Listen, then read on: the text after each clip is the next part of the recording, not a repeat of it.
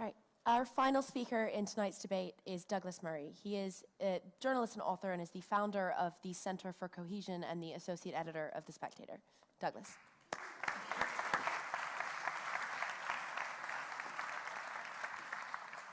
Well, thank you very much. It's a great pleasure to be back at the Cambridge Union. A great pleasure to be back in Cambridge. It's a particular pleasure to be on the same side as Professor Fitzbolkestein, a most distinguished public servant in Holland and in the EU. And it's always a great pleasure to be against Tariq Ramadan. I did like your attempt to make yourself the embodiment of liberalism, but I would remind you, Tariq, that a real liberal wouldn't find it so difficult to completely condemn stoning on public television, as you so famously did a few years ago in France. Now, you can watch. Okay, you can all watch the video later. You can all watch the video later of the conspiracy between Sarkozy and the public. Yeah, that's not what's happened, and you know exactly that you are lying. You can all go to YouTube, ladies and gentlemen. Enjoy. Now, it's a lie. What is Islam? What is Islam? We've had a lot of talk already tonight about it, and I've only got 10 minutes, so I'm very unlikely to be able to give you a comprehensive definition. If you listen to Zach, Muhammad, who founded Islam, was a sort of prototype of just a specially benevolent town councillor in the region of Fife.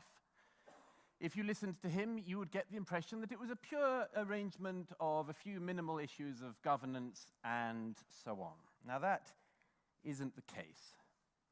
Islam is many, many things. It's many complex things. It's not easy to sum it up. It is a religion, however, and it is possible to sum it up to some extent.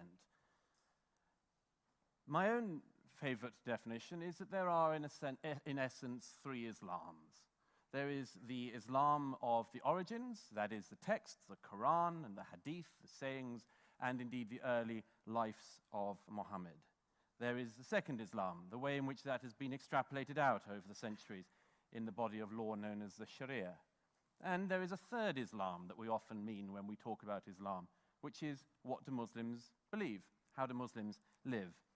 Now, these are very, very deep waters, but there isn't any point in seeing deep waters unless you plunge straight in. Zach said in his comments that we must return to Islam's religious values. But the problem is that Zach's version of Islam's religious values is going to be very different from a lot of other people's. And let me put this point to you at its hardest, but I think it's necessary and it's truthful. Groups like ISIS have the worst possible interpretation of Islam. It should go without saying. But they have the worst possible interpretation of Islam for Muslims and for non-Muslims. However, it is an interpretation of the texts that they have. It is a valid interpretation of the lessons they take from the life of Muhammad.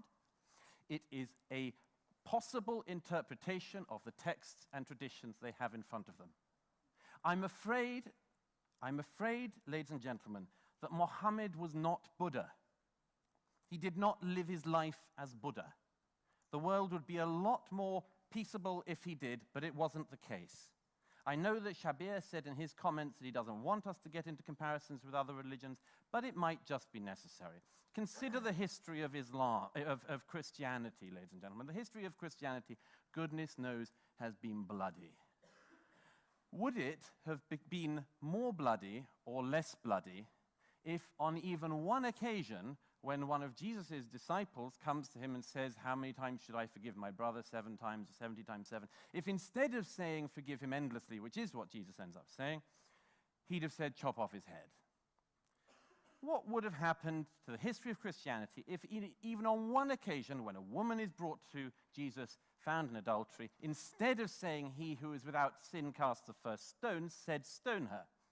I think we can all agree. We should all be able to agree. In a place like this, the history of Christianity would have been bloodier. So it is with Islam. And I know that in a house like this, in this particular era, it's necessary to pretend that some people believe in Christianity, some people believe in Islam, some people do yoga, and that there isn't very much difference between them. There is, ladies and gentlemen. The origins matter. And I've got a lot to get through. In a situation like the one we have with Islam, where we're forever told, and with some legitimacy, that there are no authorities in Islam, or there are no pope-like authorities and so on, there is something in this. If that is the case, then those origins matter even more. You can all go home tonight and not only watch YouTube, but read a Quran, read the Hadith, read the early lives of Muhammad, and you can see it for yourselves.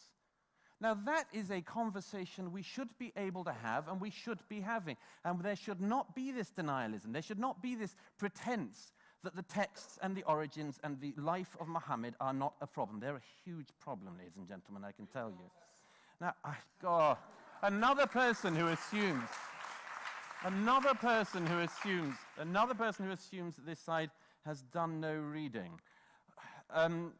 I would like to turn to something else that the other side came up with, which was something else that Zach said. Zach said Islam is not the actions of Muslims. If it's not the texts, and it's not the traditions, and it's not the actions of Muslims, and it's going to be very hard to work out what Islam is.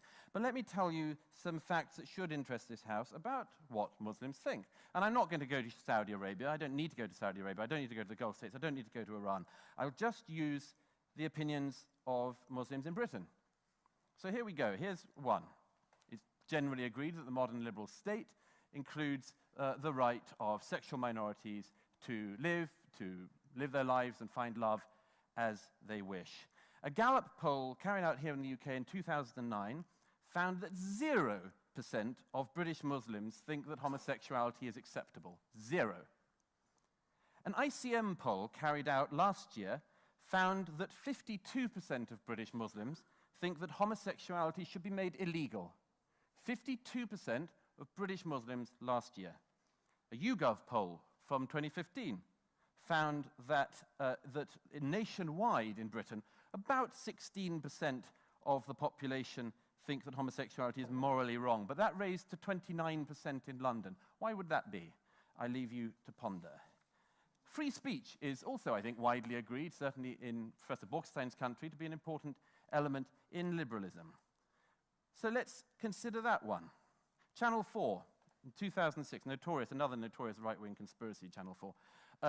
Channel 4 in 2006 found that 78% of British Muslims thought that the publishers of the Danish cartoons should be prosecuted. 78%. A BBC poll in 2015 found that 27% of British Muslims had, quote, some sympathy, end quote, for the people who went into the offices of Charlie Hebdo and killed the cartoonists, editors, and journalists there. Channel 4 poll from last year found that only 1% of UK Muslims think that publications should have the right to publish cartoons of Muhammad. And that, go on. Your point is that Muslims, are getting offended. I actually agree with what you're saying. I think it's totally unacceptable that Muslims do that. But do you know that there's a story of the Hadith of a woman who used to pour rubbish on Muhammad every time he preached? And Muhammad wouldn't complain. And when one day the woman wasn't there, he went to her house to see if she was okay. She was ill. Do you see how far the Muslims of today are going from the original philosophy? Nobody doubts that Muhammad did home visits. Nobody can also doubt that he ordered some of his critics to be killed. So you've got to weigh those two up, haven't you? So the subject of women's come up already tonight, but I'll just give you one figure. A poll carried out last year, also by Channel 4, found that nationwide 5% of the British population agree with the phrase that wives should, quote, always obey their husbands. 5% across the country. However, 39% of British Muslims agree with that phrase. Give me one other quick example. This isn't a figure. This is a quote from an eminent opponent of mine called Mehdi Hasan, a British Muslim journalist. Mehdi Hasan, on the subject of anti-Semitism within Britain's Muslim communities, wrote the following in 2013. "It pains me to have to admit this, but anti-Semitism isn't just tolerated in some sections of the British Muslim community, it is routine and commonplace. Any Muslims reading this article will know what I'm referring to. It is," he said, quote, "our dirty little secret." Now, there was a gentleman there come armed with a whole set of inaccurate facts, which he's obviously gleaned from a quick Google. But But not only were they wrong, but also I think that the underlying point he was trying to make also is wrong. It does matter, and it's going to matter a lot in the years ahead, what people in this country think. If, as I said, in your most diverse and plural areas, they are more likely, for instance, to be intolerant towards sexual and other minorities, then you're going to have a problem, aren't you? At some point, as that community grows with these intolerant attitudes, the problem is, of course, going to grow, unless you admit to it, unless you face up to it, unless you're willing to do the self-criticism that Tariq Ramadan quite rightly says that we should all be participating in. Now, look, it's clear from the figures I gave, from all sorts of stories, you can open any day's newspaper, that in terms of social liberalism and in terms of political liberalism, Islam is simply the slowest kid in the class. We are all in our societies now having to move at the speed of this slowest kid in the class. It's why we're having the argument in 21st century Britain about what a woman's rights should be in a court, including a Sharia court in the UK. And it doesn't help that we have this denialism about what we can all see and read, what we can all read if we read the histories of Islam and also read about the founder of Islam, what he taught, what he claimed, and what he did. I don't deny that there are times when Muhammad did very nice things, but we also have to face up to the times when he wasn't like Buddha, when he wasn't just a home carer and a caregiver, and when he was a warrior and a warlord and killed prisoners who he captured in conflict. These are very important things to focus on as well as the caregiver bits. You see, the thing is, ladies and gentlemen, is perhaps this will all work out. Perhaps we just have to wait. Perhaps we just allow Islam to catch up and allow all the Muslims of the world to catch up, and at some point the gays should be patient, and the women should be patient, and the Jews should be patient, and everybody else should be patient, and anyone who cares about free speech should just be patient. Perhaps it'll all work out, and perhaps it won't. Perhaps it won't work out at all. Maybe it'll all go in another direction entirely. And you see, that is the big problem of this debate tonight. Because if the other side tonight is right, and Islam is perfectly compatible with Western liberalism, then it's all going to be fine. But if they're wrong, our society is screwed. We are taking part in an article of blind faith and putting our future in the hands of a combustible religion that denies what is at its roots, even whilst pretending it has other things going on. That is, I would argue, the worst possible situation for a liberal society to be in. So I know why tonight you will feel, and rightly feel, that it would be good to walk through this side of the house, to say that Islam is perfectly compatible with Western liberalism and to take part in that pretense. But I would argue that you should go through this side or down the middle, because this whole thing is up for grabs. It could all yet go very much worse than it's already gone.